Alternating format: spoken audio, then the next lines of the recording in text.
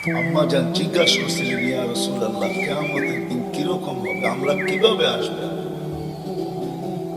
তো আম্মা জানকে আল্লাহর রাসূল বলছিলেন যে হুফাতান উরাতান, পায়ে হাইটা আসবে, উলঙ্গ আসবে। তো আম্মা জান চিৎকার দিয়া বলছে, আলা ইয়ারা বাযুনা বাযা, আমাদের একজন আরেকজনকে দেখবে না? আল্লাহর রাসূল আম্মা জানের কোলে শোয়া ছিলেন, উঠা বসছেন, চেহারা রং পরিবর্তন হয়ে গেছে। আর বলছে, আয়েশা ইয়াউমুল আসির, আয়েশা বড় কঠিন দিন। তো দুটা চিত্র তুলে ধরছেন আম্মার সামনে। বলছে, আয়েশা কিরকম কঠিন শুনবা? কাআন্নী আনজুরু মূসা মুতারাফফিফুন বিউমুদিল আরশ ويقول ربي لا أسألك اليوم أمي ولا أسألك اليوم أختي أسألك نفسي نفسي نفسي نفسي। আয়েশা এরকম কঠিন দিন আমি দেখতেছি যেন মুসা আলাইহিস সালাম আরশের খুঁটি ধরে চিৎকার দিতেছে আর বলতেছে, আল্লাহ আজকের দিনে মাকে চাই না, বোনকে চাই না, চাই আমাকে বাঁচান, আমাকে বাঁচান। কালিমুল্লাহ, যার কিতাবটা আল্লাহ নিজের হাতে লেখছে, কাতাবাত তাওরাত বিয়াদি, যার কিতাব আল্লাহ নিজের হাতে লেখা দিয়েছেন, কালিমুল্লাহ ছিলেন, আল্লাহর সাথে তিনি কথা বলতেন, যার উপাধি কালিমুল্লাহ। উলুল আজমি মিনার রাসূল, পাঁচজন নবীর ভিতরে একজন ছিলেন, পাঁচজন উলুল আজমি মিনার রাসূলের ভিতরে। আল্লাহ রাসূল বলছে, আয়েশা আরেকটু দৃশ্য বলবো তোমাকে? তো বলছে, ইয়া রাসূলুল্লাহ বলেন। বলছে, ওয়াজিআ বিজাহান্নাম, জাহান্নামকে যখন আনা হবে 70,000 শিকল লাগানো হবে, প্রত্যেকটা করার সাথে 70,000 ফেরেশতা ধরবে।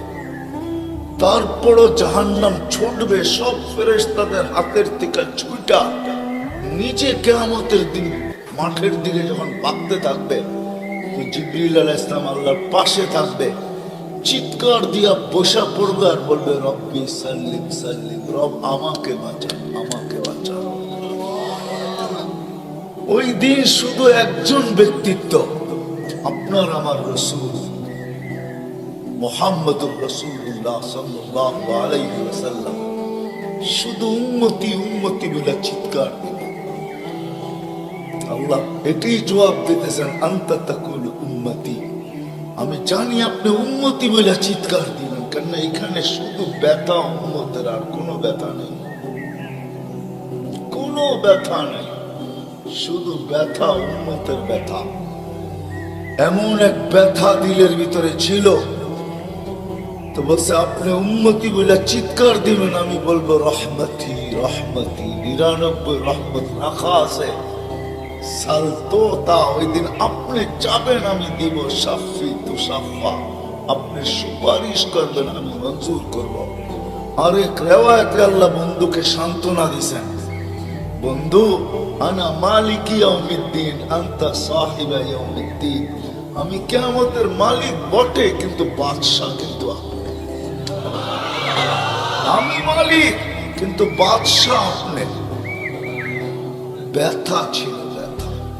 সুনামগঞ্জের মানুষ আমার চেয়ে বড় বড় ওলামার আওয়াজ করছে, আমি শুধু আপনাদেরকে একটু নবীর ব্যথা শোনাইতেছি, কিরকম ব্যথা ভিতরে ছিল।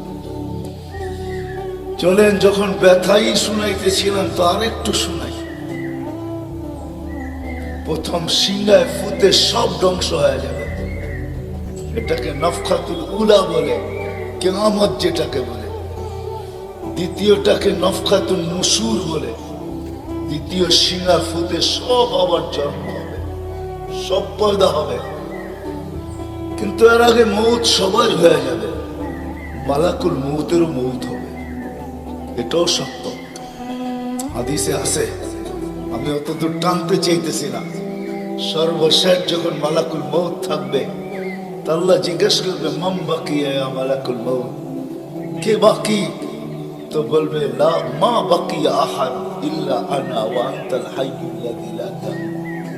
আকাশ জমিন আরশের নিচে কোথাও কোনো সৃষ্টি বাকি নাই, শুধু আমি একা বাকি আর আপনি। আল্লাহ জিজ্ঞাসা করবে আইনা আনতা, তুমি কোথায়? তো বলবে তাহতা আরশিক, আমি আপনার আরশের নিচে, উপরে তো না। আল্লাহ বলবে মাদা তারাও, আরশের নিচে তাকায় দেখো তো কি দেখা যায়। তো উনি লেখা দেখবে, আজকেও আছে, ওই দিনও উনি দেখবেন ইন্নী কাতাবতুল মৌত আলা মান তাহতা আরশি, আমার আরশের নিচে যে আছে তাকে মরতেই হবে। আল্লাযী হাই চিরঞ্জীব ফাহুয়া ফাওকা আরশি, সে আমার আরশের উপরে বিরাজমান। তো বলবে আল্লাহ এই লেখা আছে এখানে। তা আল্লাহ বলবে ফাতামাত আনতা, এবার তোমার পালা। ফাইন্নাকা তাহতা আরশি, তুমি আমার আরশের নিচে। ওয়া ইন্নী কাতাবতুল মৌত আলা মান তাহতা আরশি, আর আমার আরশের নিচে যে আছে তাকে মরতেই হবে। সায়ুলকি আলাইহি সাকারাতাল মউত, আল্লাহ ওনার উপরে মৃত্যুর যাতনা ঢালবেন। আজকে যদিও উনি মৃত্যু সম্বন্ধে কিঞ্চিত ধারণাও রাখেন না, আমার বিশ্বাস উনি মউত কি জিনিস জানেন না, এটাই তো সত্য। কি যাতনা বিষে বুঝিবে সে কিসে, কবু আসি বিষে ডংসিনি জানে। সাপের বিষ তো ওই বোঝে যাকে সাপে দংশন করছে। উনি তো নিয়ে যায় শুধু আমাদেরকে, হুকুম হয় অপারেশন সাকসেস করে না, নিয়ে যান। এমনকি প্লেনের ভিতরে উনি অপারেশন চালান, ঠিক না? মানুষ প্লেনও মরে ইদানি, আগেও মরছে। উনি নিয়ে যান, উনি মৃত্যু সম্বন্ধে কিঞ্চিত ধারণা রাখেন না। তো যখন আল্লাহর ওনার উপরে সাকরাতুল মউত, সায়ুলকি আলাইহি সাকরাতুল মউত, মৃত্যুর যাতনা আল্লাহ ঢালবেন, তো ওই দিন উনি চিৎকার দিবে, চিৎকার। কিরকম চিৎকার? বলবে বিইজ্জতিকা ওয়া জালালিক, তোর ইজ্জত আর জালালের কসম, ওয়া উলুম্মি মাকানিক, তোর উচ্চতার কসম মালিক। লাউ আলিমতু সাকরাতাল মউত, মৃত্যু সম্বন্ধে যদি আমার কিঞ্চিত ধারণা থাকতো, মা কাবাস্তু আরওয়াহাল মুমিনিন, কোন মুমিন মুসলমানকে আমি এত কষ্ট দিয়ে নিয়ে আসতাম। এত কষ্ট কিন্তু বহুত ওনার হবে, উনিও মুখ থুবড়ায় পড়বেন। দ্বিতীয় নফখার আগে আল্লাহ 4 জনকে পয়দা করবেন, জিবরিল, মিকাইল, ইসরাফিল, মালাকুল মউতকে। কিন্তু পয়দা করতে দেরি, জিবরিল আলাইহিস সালাম কানতে দেরি করবেন না। 3 জন জিজ্ঞাসা করবে কান্নার কারণ, বলে ইদান ইউকমার ইসরাফিল, এখনই হুকুম করা হবে ইসরাফিলকে নফখাতুন নুশুরের জন্য, আর আমাকে হুকুম করা হইবে আল্লাহর বন্ধুকে মাকামে মাহমুদে নিয়ে আসার জন্য। কিন্তু আমি আমার মৃত্যুর পরে ভুলে গেছি ওনার কবর কোথায়। তো 3 জন বলবে সহজ সমাধান, ফাসআলিল আরদা, তুমি জমিনকে জিজ্ঞাসা করো। তো জিবরিল আলাইহিস সালাম জমিনকে জিজ্ঞাসা করবে আইনা কবর হাবিবুর রহমান, আল্লাহর বন্ধুর রওজা কোথায়? তো জমিন উত্তর দিবে কদ দাক্কানি আল্লাহু দাক্কা ফানাসিত, প্রথম সিংহায় ফুতে আল্লাহ আমাকে এরকম ধুনা ধুনছে, এরকম ছানা ছানছে। ছানা বোঝেন? ধুনা বোঝেন? এরকম ধুনা ধুনছে ফানাসিত, আমিও ভুলে গেছি কোথায় রাখছি। এটা মাঝে মাঝে আমাদের সাথেও ঘটে। টুপি যাবে খোঁজে সারা ঘরে, ঠিক না? সারা ঘর মাথায় উঠে ফেলে, হঠাৎ পকেটে হাত দিয়া দেখে টুপি আর চিটবাটা কামড় দিয়ে বেরিয়ে চলে যায়, ঠিক না? নাহলে তো ঘরালার আবার এর মাথা খারাপ করবে, ঠিক না? আমাদেরও ঘটে, জমিনও ভুলে যাবে। ওই দিন আল্লাহ রসুলের কবর থেকে নূর বাহির হবে, নূর নূর নূর হাত্তা ইয়াসাদ আরশার রহমান, আল্লাহর আরশ পর্যন্ত পৌঁছবে। আজকে বাহির হয় না, আজকে বাহির হলে দুনিয়া দুনিয়া থাকবে না, শেষ। আজকে সুযোগ নাই, ওই দিন বাহির হবে।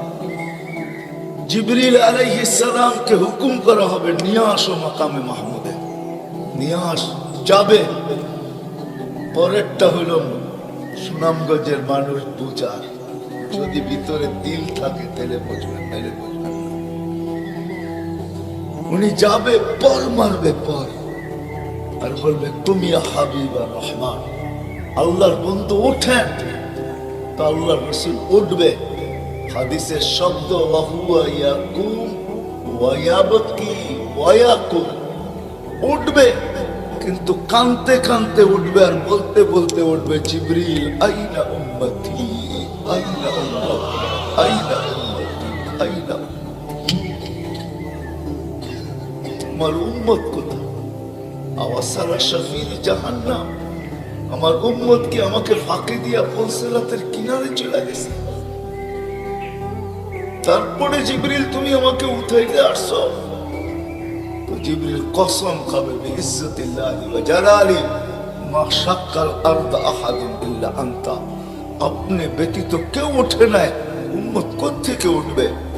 আপনি শান্ত হন, শান্ত, সান্ত্বনা দিবে, উঠবে, মাকামে মাহমুদে যাবে। কসম খোদার, ব্যথা আমি শুনাইতেছি আপনাদের, উঠবে যাবে কিন্তু মাকামে মাহমুদে বসবে না, শুধু ডাইন হাতটা রাইখা দিয়ে দাঁড়ায়। আল্লাহ জিজ্ঞাসা করবে, বন্ধু বসেন না? বলছে না, বসবো না। দাঁড়ায় আছেন কেন, হাত রাখছেন কেন? বলে মালিক এই জন্য হাত রাইখা দাঁড়ায় আছি, এটা আমি মালিক। কিন্তু তাইলে বসেন না কেন? বলে বসবো না। বলছে কারণ কি? কারণে বসবেন না? বলে আমাকে বসায়া দিতে চান তাই না? আমি যদি বসি তো আমার উম্মতের জন্য ছুটবে কে, ভাববে কে, কাঁদবে কে? কে হাউজে কাউসারে যাবে? কে উম্মতের ঠোঁটে লাগায়া পেলা পান করায় দিবে, পানি পান করায় দিবে? কে মিজানের পাশে দৌড়াবে? পাল্লা যদি সামনে না ঝুঁকে তাইলে দুরুদের গাঠটি নিয়া, যা আমি আপনি পড়ছি নবীর উপরে দুরুদ, ওই গাঠটি গুলাকে নিজের কাঁধে করে নিয়ে চলে আসবে। প্রত্যেকের নামেরটা ইমাম কর্তবী রহমতুল্লাহ আলাইহি লেখছেন, কিতাব মোতালা করেন, ওই গাঠটি নিয়ে আসবে, নিজে উঠায়া নিয়ে আসবে, উঠায়া। এই জন্যই বলছে আমার উপরে দুরুদ বেশি বেশি পড়ো। ডেলি পড়ো না তো জুমার দিন পড়ো, আকসিরু আলাইহিস সালাহ ইয়াউমাল জুমআ, জুমার দিন বেশি বেশি আমার উপরে দুরুদ পড়ো। তোমাদের দুরুদ গাঠটির ভিতরে রাখা থাকবে, গাঠটি। কিয়ামতের দিন যদি পাল্লা না ঝুঁকে তো আমি পিঠে করে উঠায়া পাল্লা দিয়া ঝুঁকায়া দিব, ঝুঁকায়া। আবার মিজানের পাল্লায় পুলসিরাতের ওইখানে দৌড়াবে। বলছে কে দৌড়াবে উম্মতের জন্য? যে কিয়ামতের মাঠে ব্যথা নিয়ে উঠবে, ব্যথা, ব্যথা নিয়ে উঠবে, ব্যথা। হায় হায়, যে মৃত্যু লগ্ন ব্যথা নিয়ে গেছেন, ব্যথা। কোনো ব্যথা না, কোনো ব্যথা না, নয় ফ্যামিলির ব্যথা না, হাসান হোসাইনের ব্যথা না, আলী ফাতেমার ব্যথা না, যে হাসান হোসাইন কলিজার টুকরা ছিল, টুকরা। সুনামগঞ্জের মানুষ বুঝবেন কি বুঝবেন না জানি না, দুই ভাই আসছে আল্লাহ রসুলের কাছে, আয়েশা বলছে নানা জান আপনি উত্তম না আমরা দুই ভাই উত্তম? সাইয়্যিদুল আউয়ালিন ওয়াল আখিরিন কে জিজ্ঞাসা করে, যার সুবাদে সমগ্র জগৎ তৈরি, যার রহমতের ছোঁয়ায় সব অস্তিত্ব পাইছে, আমিও আপনাও সমস্ত সৃষ্টি, আরে সমস্ত নবী রসুল যার রহমতের ছোঁয়ায় অস্তিত্ব পাইছে, তাকে নাতি দয় জিজ্ঞাসা করতেছে নানা জান আপনি উত্তম না আমরা দুই ভাই? আল্লাহ রসুল সাদা সিধা জবাব দিচ্ছেন, আমি উত্তম, খায়রুল বাশার, আমি উত্তম। দুই ভাই হাসা দিছে। আল্লাহ রসুল জিজ্ঞেস করছে হাসলা কেন? নানা জান জবাব হয় না। মানি আমরা দুই ভাই উত্তম। প্রমাণ? আপনার আব্বা আমাদের আব্বা জানকে চিনেন? তো বলছে বলো তো তোমাদের আব্বা জান কে? আলিউল মুর্তাজার পুরা মানাকে পরিচয়। আমি সিলেটও বলে আসছি, আমার বড় আফসোস লাগে বাংলাদেশে হাজারো ওয়াজ হয় সারা বছর, কিন্তু আজ পর্যন্ত একটা ওয়াজের ব্যানার পাইলাম না শানে সাহাবা, শানে সিদ্দিক, শানে আবু বকর, শানে ওমর, শানে উসমান, বহুত কম ব্যানার পাই শানে রিসালাত, আল্লাহ রসুলের শান। চিনি না বিদায়, রাগ হবেন না, আজকে চিনি না বিদায়। প্রত্যন্ত অঞ্চল সুনামগঞ্জের সাথে আজকে যোগাযোগ বড় ভালো, আপনাদের হাইওয়ে বড় সুন্দর, গাড়ি বড় স্পিডে চলে, কিন্তু একটা দিন ছিল এখানে যোগাযোগ বড় দুর্গম ছিল। বাতিল এই সুযোগগুলোকে ব্যবহার করছে। প্রত্যন্ত অঞ্চলের মানুষ নবী জানে না কাকে বলে, রসুল চিনে না কাকে বলে। আপনারা তো শহরের মানুষ, হায় হায় আপনাদের এই সুনামগঞ্জ পাওয়া যাবে বহুত মানুষ নবীর নামও বলতে পারবে না। রাগ হয় না, রাগ হয় না, পায়ে হাত বিদায়। বাতিল এটাকে সুযোগ হিসাবে ব্যবহার করে। নবীকে যখন চিনে না, তো ভুল নবীর 2 নম্বর 22 নম্বর নবীর মালা তাদের গলায় পড়ায় দেয়। কাদিয়ানি বানাইতে সুবিধা এই জন্য, নবীর পরিচয় যদি আমাদের বাচ্চা বাচ্চা জানতো, নারী পুরুষ জানতো, আমাদের স্কুল কলেজের ছেলেরা জানতো যে আমাদের নবী কে, তার প্রয়োজন কতটুকু, তার মর্তবা কত বড়, তাইলে কেউ এরকম দাওয়াত নিয়ে যাইতে দেরি, জুতার বাড়ি খেয়ে ফিরতে দেরি। মুখ খোলার সুযোগ ছিল না আমার। আমার বড় আফসোস লাগে, দিলে ব্যথা লাগে, ব্যথা যে বাংলাদেশে হাজারো লক্ষ ওয়াজ হয়, জানি না হুজুররা দেখছে কিনা জানি না, শানে সাহাবার কোনো ওয়াজ নেই। শানে আলী, শানে ওমর, শালিয়া, হায় হায় কথা মনে উঠছে এই জন্য বলেই ফিরে আসছে। আলী রাদিয়াল্লাহু তাআলা আনহু বসা আল্লাহ রসুলের কাছে, দুইজনই বসা, আর কেউ নাই। আমি আপনাদের কিতাবের হাওয়ালা দিব, কিতাব দিব।